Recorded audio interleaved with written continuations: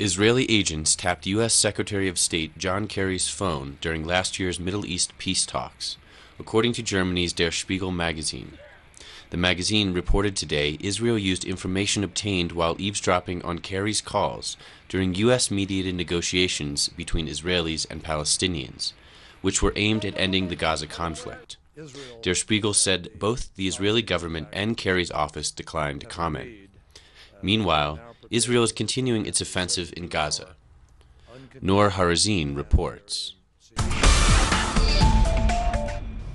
The situation in Gaza City today is calm if we compare it to the past few days and to the past 27 days since Israel started its operation on Gaza. People managed to go out of their homes to buy some grocery, to go shopping. But at the same time, most of the Israeli attacks are in Rafah city right now. Rafah city is under a heavy Israeli attack from the sea by Navy shelling, from air by strikes and warplanes, and from the land by the tanks shelling on Rafah city. At least until now, 30 Palestinians have been reported killed and more than 50 were reported injured. And until now, we're getting news that the Israeli tanks are continuing their shelling on Rafah city. Just a few minutes from now, the Israeli warplanes dropped these flyers on the citizens of the Gaza city, and it's saying to the people of Gaza City, you should tell this message is for your leaders who are taking the tunnels as shelters. They are not safe and they should go out. And at the end it says IDF.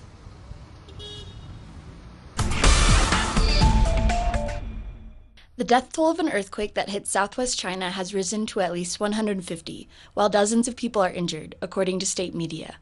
The earthquake occurred in Yunnan Province's Zhaotong Prefecture, one of China's poorest regions. Buildings have been leveled, and some areas are without power. State broadcaster CCTV is reporting the earthquake is the worst hit Yunnan in 14 years. One witness told state media the aftermath looked like a battlefield.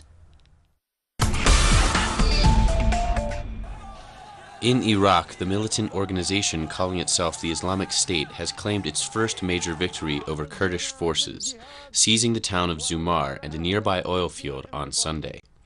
The organization also occupied the town of Wana and around a dozen small villages in northern Iraq. However, in neighboring Syria, the Islamic State has lost a handful of villages in the Ashara region, where locals rebelled on Saturday. Activists have reported Islamic State fighters being forced out of 3 villages.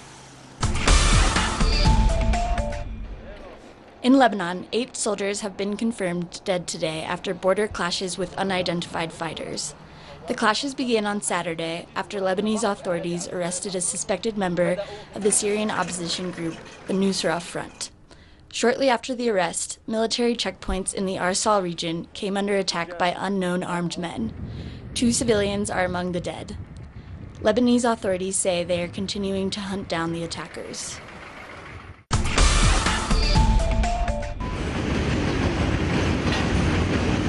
"13-year-old Jason left El Salvador looking for a dream, like the thousands that ride these rails each year. My plan for going there is to be able to buy a house for my grandmother. And I want to go and work and do my own things and to live in my own home instead of renting." Yet for people like Marcela and her 12-year-old son David, violence has forced them to leave their home in El Salvador. It's because of the maras that we have left. It is dangerous and my kids can't go to school anymore. Kids that are 13 or older are not allowed to study. This past year, the number of Central American child migrants has doubled. Experts say failed free trade agreements and a spike in organized crime are leaving the social integrity of these countries in shambles. The overall reason is that the social fabric is dissolving. Social and family links are broken, and because of a very significant upsurge in violence that is implemented against them. Migrants say that the governments of North and Central America need to take more responsibility so that they realize the American dream in their hometowns. While many say that this is a crisis of migration, others say that this is a refugee crisis. Clayton Khan, Telesur, Tutitlán, State of Mexico. This employment fair in Caracas is one with a special edge. As an event organised exclusively to help people with disabilities find work, it represents an attempt to overcome one of the most significant barriers to social inclusion for this demographic. As one of the many people with disabilities who work in the informal sector, Ortai Reinaldo Reina Bernave has come to the festival in search of something more stable. Some people think that people with disabilities aren't worth anything, we haven't got anything, we're nothing. They see us like we're just useless.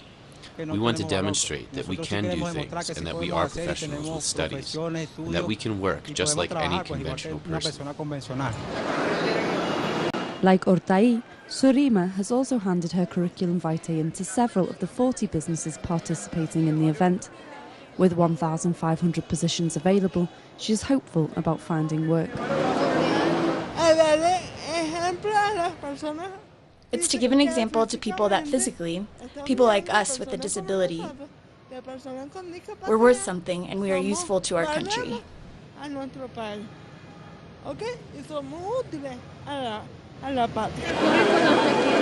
Since 2007, businesses in Venezuela have been legally obliged to ensure that 5% of positions are reserved for citizens who have a disability. As part of the law for people with disabilities, the legislation has given an impulse to equal employment in the country. Since they changed the law, we've tried harder, made more of an effort to recruit people with disabilities. Organised by the National Commission for People with Disabilities, the festival is the first of its kind and is due to be rolled out across the country as of next month. Aimed at promoting the inclusion of all of its citizens, employment law is changing in Venezuela.